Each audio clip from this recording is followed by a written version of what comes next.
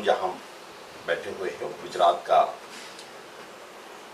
एक मुख्यालय है भारतीय ट्राइबल पार्टी का, और भारतीय ट्राइबल पार्टी के संस्थापक और आदिवासी समाज के महान नेता जिन्होंने पूरे भारतवर्ष में SC, ST, OBC समाज को राजनीतिक धरातल पर इकट्ठा लाने की भरजोर कोशिश की है और इस देश में इस समाज की सत्ता हो, इसलिए उन्होंने मांग भी की है कि पूरे भारतवर्ष में जो लोकसभा हो, राज्यसभा हो या विधानसभा हो, विधान परिषद हो, पार्षद और सांसद ये सभी 85% समाज के लिए रिजर्व किया जाए और सही मायने में भारत में सत्ता लाई जाए।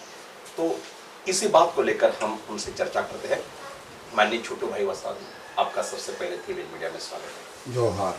जय जोहार। जय साहब, आपने सबसे पहले एक अहम बात उठाई है कि इस देश में जो सत्ता चल रही है वो न आदिवासी के हित में है, न दलितों के हित में, न OBC के हित में। तो इसलिए इस समाज के लिए पूरी तरह से सांसद रिजर्वेशन बना दिया जाए और इस समाज की सत्ता लाई जाए। कैसे आपने ये बात उठाई, सबसे पहले क्या कहोगे आप? होना चाहिए ना, लोकशाही आई है देश में, अंग्रेज चले गए 1947 में। जब से वो देश में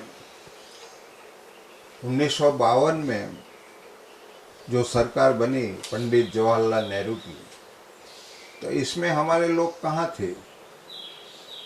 आदिवासी लोग, SC लोग, OBC लोग, माइनॉरिटी वाले कहाँ थे? आज भी नहीं है ना। इसलिए मैं बोलता हूँ कि उसको शासन व्यवस्था में लाओ, उसके लिए पार्लियामेंट और विधानसभा, जहाँ जहाँ जो गृह है देश का आवाज़ करने का, वहाँ सब रिजर्व कर दो। आदिवासियों के लिए, SC के लिए, OBC के लिए, माइनॉरिटी के लिए, तो कल उसका जीवन बन जाएगा। इसमें तो शासन में हमारे लोगों को ले जाने की कोई तस्दीर लेते नहीं है, वो साइड करते हैं, क्योंकि पूरा देश हमारा है। इस देश में हमारा शासन हो जाएगा तो हमारी जो हालत है अभी चल रही है आज़ादी में, वो नहीं रहेगी, क्योंकि हमारे लोग जब तक शासन व्यवस्था में नहीं आएंगे तब तक उसका कुछ होने वाला नहीं।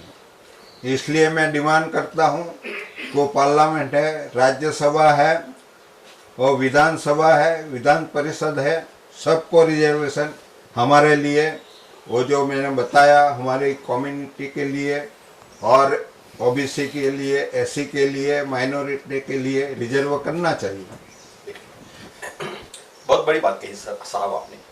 साहब, मैं आपको एक और सवाल पूछना चाहता हूँ कि हमारा आदिवासी समाज और दलित समाज, इनके लिए रिजर्व सीट है, लेकिन आप जो स्वतंत्र होकर एक आवाज उठा रहे हैं, वो कभी इस रिजर्व सीट से गए हुए लोग कभी संसद में, कभी विधानसभा में आवाज नहीं उठाते। तो क्या इसकी वजह क्या आपको लगती है, क्यों नहीं आवाज उठा पाते?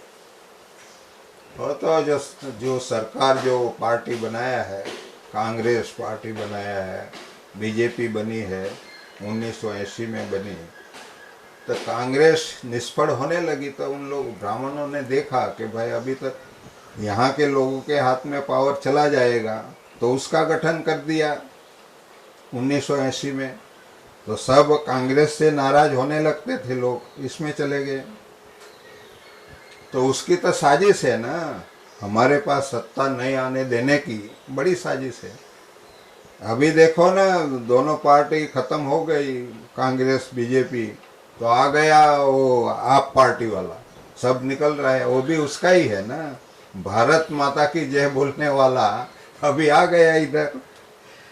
तो ग्रामीण लोगों ने देखा कि भाई वो वहाँ के लोग शासन में आ जाएगा, उसके अलावा तो भेजो उसको अरविंद केजरीवाल को, जिन्होंने वहाँ जम्मू कश्मीर में 370 कलम रद्द कर दिया, तो सपोर्ट कर दिया अमित शाह को। वहाँ तो लद्दाख में हमारे लोग भी थे ना, उसको भी तो उसका फ़ायदा होने वाला था, फ़ायदा हो रहा था, उसका भी ख़त्म कर दिया। वो आकर क्या करेगा? पावर में आएगा तो यहाँ भी वही करने वाला है जहाँ किया वो। तो ऐसी पार्टी को हम वोट कैसे देंगे? हमारा ही बनना चाहिए ना, आदिवासियों का ही बनना चाहिए, एससी का बनना चाहिए, ओबीसी का बनना चाहिए, माइनॉरिटी का बनना। जो समाज अभी तक पिछड़ गया है उसका ही शासन होना चाहिए देश में, जब जाकर उसका कुछ बनेगा। साहब, अभी जो है कि आपके मतदार संघ में जिस तरह से विकास आपने करके रखा है, उस तरह हमारे आदिवासी समाज, दलित समाज के जो रिजर्व सीट से जो लोग जाते हैं उनके कॉन्स्टिट्यूएंसी में इस तरह का विकास नहीं दिखाई देता। इतना बजट होने के बावजूद ये विकास दृश्य स्वरूप में क्यों नहीं दिखा? अभी तक तो बजट की बात कहाँ हुई है। बजट कार्ड देना चाहिए ना लोगों को। जब से वो आबादी की गिनती होने लगी है तब से हमारा एससी एसटी का तो अलग डेटा बना है ना, इसलिए हमारा अलग बजट भी आता है। वो बताते नहीं है ना खा जाने के लिए। अगर वो बजट दे देते, हमको बजट कार्ड देता तो पता चल जाता हमारे माथे पे कितना डेवलपमेंट होने वाला है, कितना पैसा आता है। वो पता ही नहीं चलता है ना। देना चाहिए, नहीं देते हैं। हमारा बजट खा जाने के लिए सब कुछ कर रहे हैं लोग। साहब, अभी हम देख रहे हैं कि हमारे जो युवा हैं अच्छे पढ़े लिखे हैं, लेकिन आज देश में ऐसा माहौल कि हमारे युवाओं को किसी तरह की रोजगारी या नौकरियां नहीं मिलेगी ना जब तक वो लोग पावर में है, विदेशी लोग हैं। इसका तो डीएनए भी बोलता है ना विदेशी है। हाँ, वो लोग पावर में रहेगा तब तक हमारे मूल देश के मालिक है उसको कैसे मिलेगा? कुछ नहीं मिलेगा। तो ये मिलाने के लिए हमारे युवाओं ने और हमारे समाज ने क्या करना चाहिए साहब? वो जो पार्टी हमने बनाया है इसमें आ जाओ, वोट दो तो हमारा सब कुछ बन जाएगा। फैक्ट्री भी हमारा हो जाएगा, देश भी हमारा हो जाएगा, पहाड़ भी हमारा हो जाएगा, नदी हमारा हो जाएगा। वोट से तो बनता है देश, पावर। तो पावर ले लो, हमारे पास तो है इतना पावर। इसलिए बोलता हूँ कि रिजर्वेशन कर दो पार्लियामेंट का, विधानसभा का, तो हमारा शासन बन जाएगा। षड्यंत्र क्यों करते हैं हमारे साथ? हमारी संपदा लूटने के लिए आए हैं ना। अभी चल रहा है खनन, पूरे देश में खनन करने का। वो कौन आए हैं? बनिया लोग आए हैं, बड़ी बड़ी फैक्ट्री के मालिक बना दिए। पैसा हमारा है वर्ल्ड बैंक में, उसको लोन दिया जाता है, वो माफ भी किया जाता है उसका। वो कौन है? हम मालिक नहीं है क्या? हमको नहीं देना चाहिए? साहब, अभी भारत में पूर्वांचल के कुछ राज्य जो है और मध्य भारत में छत्तीसगढ़ और झारखंड, ये राज्य हम अगर देखते हैं तो आदिवासी राज्य करके इनको हम जानते हैं। लेकिन आपने जो मांग की है भिलिस्तान की, तो पूरा आदिवासी प्रदेश जो आप एक ही राज्य चाहते हैं भारत में, तो ये किस तरह का ये राज्य रहेगा? हमारा तो आबादी है ना देश में, कितना राज्य में है। हम मूल भारत के मालिक है, उसको तो देना चाहिए ना। एक राज्य बनाना चाहिए ना। वही डिमांड है हमारी कि दे दो हमारा अलग से, हम जी लेंगे। हमारे युवा को वो नौकरी भी दे देंगे। हमारे पास तो इतना खनन है कि किसी की जरूरत नहीं है ना। हम व्यापार करके जिंदा रहेंगे। दूसरे लोग घुस गए ना, वो तो हमारे लिए सवाल है ना, चोरी करते। साहब, सबसे ज्यादा देश में अगर हम देखते हैं तो आदिवासी समाज को सबसे ज्यादा विकास के नाम पे विस्थापित किया जा रहा है। अब गुजरात प्रदेश में भी हम देख रहे हैं कि एक स्टैचू जो बना है उसकी वजह से आदिवासी समाज काफी हद तक विस्थापित हुआ है। तो इस संदर्भ में हमारे समाज ने क्या सोचना चाहिए, क्या करना चाहिए? हमारे जो नेता लोग हैं अभी खुद की जात को बता रहे हैं कि हम आदिवासियों का लीडर है, उन लोगों ने सोचना चाहिए कि भाई वो क्या कर रहे हैं हमारे साथ। अभी तक 4700 डैम बड़े बनाए गए देश में, आदिवासी इलाके में बने हैं ना।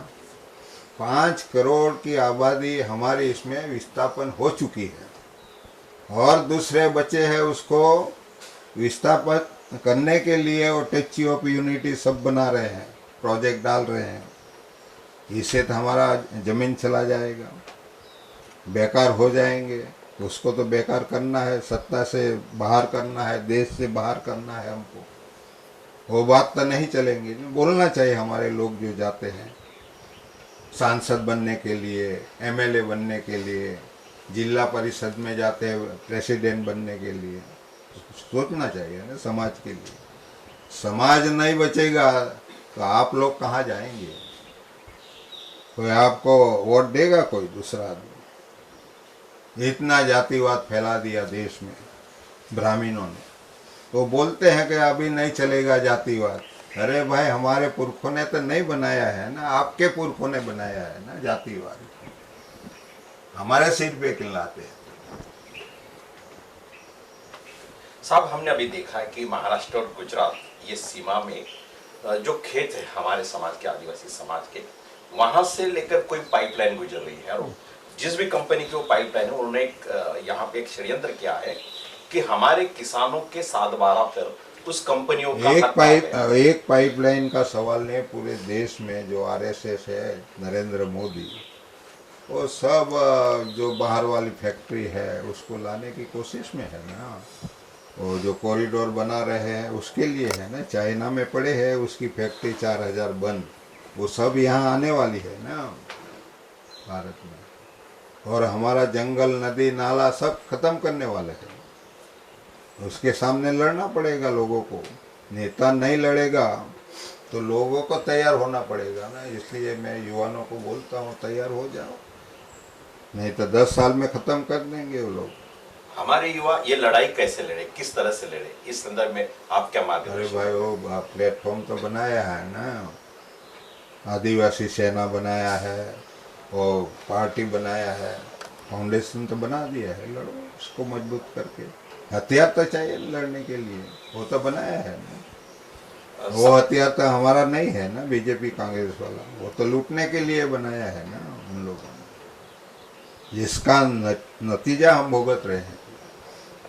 इसलिए हमने सोचा कि भाई अभी कुछ करना पड़ेगा, हमारा फाउंडेशन बनाना पड़ेगा, तो बनाया। जुड़ो, इसमें लग जाओ, हमारा बन जाएगा। साहब, आपने पार्टी जो स्थापन की, भारतीय ट्राइबल पार्टी, ये शुरू से आपने मांग की है कि इस देश के संविधान में 5वीं और 6ठी जो अनुसूची है उसको लागू किया जाए। ये अनुसूची जो है ये हमको, हमारे आदिवासी समाज को किस तरह का हक देती है, इस संदर्भ में क्या कहो? ना 6 शेड्यूल 5 शेड्यूल में तो सारा हक अधिकार है। 6 लागू कर देते हैं तो पैरेलल गवर्नमेंट बन जाती है ना हमारी। सब कुछ हमारे पास आ जाता है, बजट आ जाता है, पावर आ जाता है, भर्ती हम करते हैं। इतना बड़ा पावर दिया, इसलिए तो इम्प्लीमेंट नहीं करते पूरा भारतवर्ष में। करना चाहिए इम्प्लीमेंट। बिल्कुल बिल्कुल। भारतीय ट्राइबल पार्टी आने वाले समय में ये क्या करना चाहती है अपने पूरे देश में? बस हमारा राज होए और हमारा बजट हम हमारे लोगों के लिए खर्चा करेंगे, और जमीन है, नदी है, नाला है, उसका भी यूज़ हमारे लोग करें, ऐसा हम सोचते हैं। आखिर में आप हमारी जनता को क्या संदेश देना चाहोगे? जल्दी तैयार हो जाना, उसके भरोसे मत रहना। बीजेपी, कांग्रेस, आप पार्टी वो हमारी है ही नहीं ना। भरोसा छोड़ दो, भरोसा इस पर लाओ, हमारी जो पार्टी बनी है, लोगों का जो काम करते हैं उस पर भरोसा करके आ जाओ। 5 साल तो देख लो, बाद में अच्छा नहीं लगे फिर चले जाने में इसमें क्या है? वही तो कर लो, एक दफे तो आ जाओ पावर में। वो करना चाहिए और देश बनाना चाहिए, बचाना चाहिए। नरेंद्र मोदी देश को बेच रहा है, बड़ा षड्यंत्रकारी लोग हैं उसके पीछे, जो आरएसएस वाले, वो बेचने में लग गए हैं ना। जब से वो प्राइम मिनिस्टर बना है तब से पूरे देश में घूमकर देश को बेचा गया है। ऐसा कौन दुनिया में प्राइम मिनिस्टर घूम के बेचता है देश को? उसके अलावा उसको शर्म आनी चाहिए नरेंद्र मोदी। कोरोना ला देते हैं, बिना कोरोना मार दिए गए लोग, 50 लाख लोग भारत में। आबादी कम करने के लिए बिठाया है उसको, संवारने के लिए तो नहीं बिठाया है, और साबित कर दिया उन लोगों ने। कहीं सारे बातों करनी है, लेकिन क्या करें, थोड़ा तैयार हो जाने दो हमारे लोगों को, सब बन जाएगी। ऐसे कचरा पार्टी वाले चले जाएंगे यहाँ से, वो कचरा ही है देश के लिए। बिल्कुल साहब ने जो बात कही हमारे युवाओं को, पूरे देश के, कि आपका वोट ही आपको इस देश का सत्ता और संपन्नता के कक्ष में ला सकता है, उसके सिवा आपका विकास नहीं हो सकता।